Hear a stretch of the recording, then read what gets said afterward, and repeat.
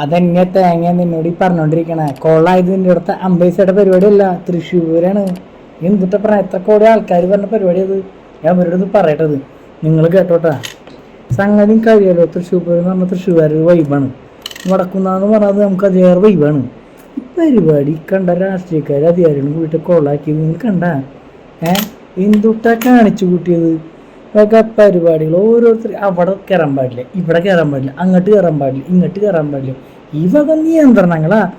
ഒരുമാതിരി ചീപ്പ് ഷോ ഉണ്ടാക്കിയിട്ട് വന്നവരെ വെറുപ്പിച്ചു, കാണാൻ നിന്നവരെ വെറുപ്പിച്ചു, പങ്കെടുത്തവരെ വെറുപ്പിച്ചു, സകല ആൾക്കാരും വെറുപ്പിച്ച് കൊളാക്കിയിട്ടുണ്ട്.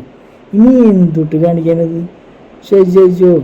ആകെ ഒരു കാര്യം ഉണ്ടായിച്ചെങ്കിൽ ഇലക്ഷൻ പൂരം കഴിഞ്ഞോണ്ടായതുകൊണ്ട് എന്തിട്ടുണ്ടായിച്ച ജിംബ്രൂട്ടന്മാരെല്ലാവരും പൂത്തിരി എത്തിച്ചു വന്നു. ഞങ്ങളെ സോൾവാക്കിയ പൂരം എന്ന് പറഞ്ഞിട്ട് എന്തിട്ടുണ്ടായി അവസാനം ആ കളർ അങ്ങോട്ട് പോയില്ലേ. ഞാൻ പെണ്ണിനെയും കൊണ്ട് വെടിക്കെട്ടാണ് വന്ന സ്റ്റോപ്പിൽ വെച്ചാൽ എന്തിട്ടുണ്ടായി നോക്കിന്നു.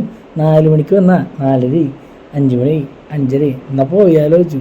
തിരിഞ്ഞ് പോകാൻ നിൽക്കുന്ന നേരം ആരോ പറഞ്ഞു അത് സോൾവ് കൊണ്ടിട്ട് പടക്കം പൊട്ടിക്കുന്നുണ്ടെന്ന്.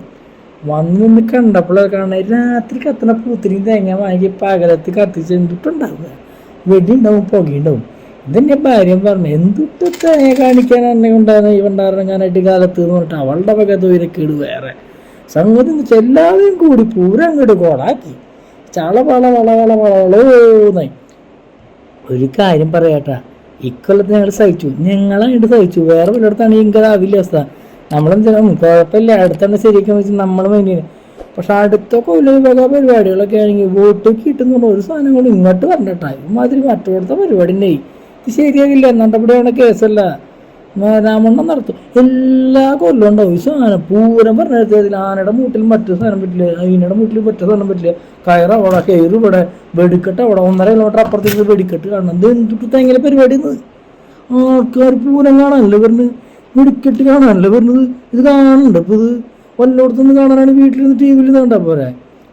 പരിപാടി സത്യമായിട്ട് പറഞ്ഞ അടുത്ത കൊല്ലം പോലത്തെ പരിപാടിയാണ്. പിന്നത്തെ കൊല്ലം വോട്ട് പറഞ്ഞിട്ടുണ്ടെങ്കിൽ നമുക്ക് പറ്റില്ല കേട്ടോ. നമ്മൾ നടപടിയല്ല ചേട്ടാ, സ്കീം കിട്ടോ, ഇപ്പൊ പരിപാടി ഇവിടെ പറ്റില്ല എന്ന് നമ്മൾ പറയുള്ളൂ.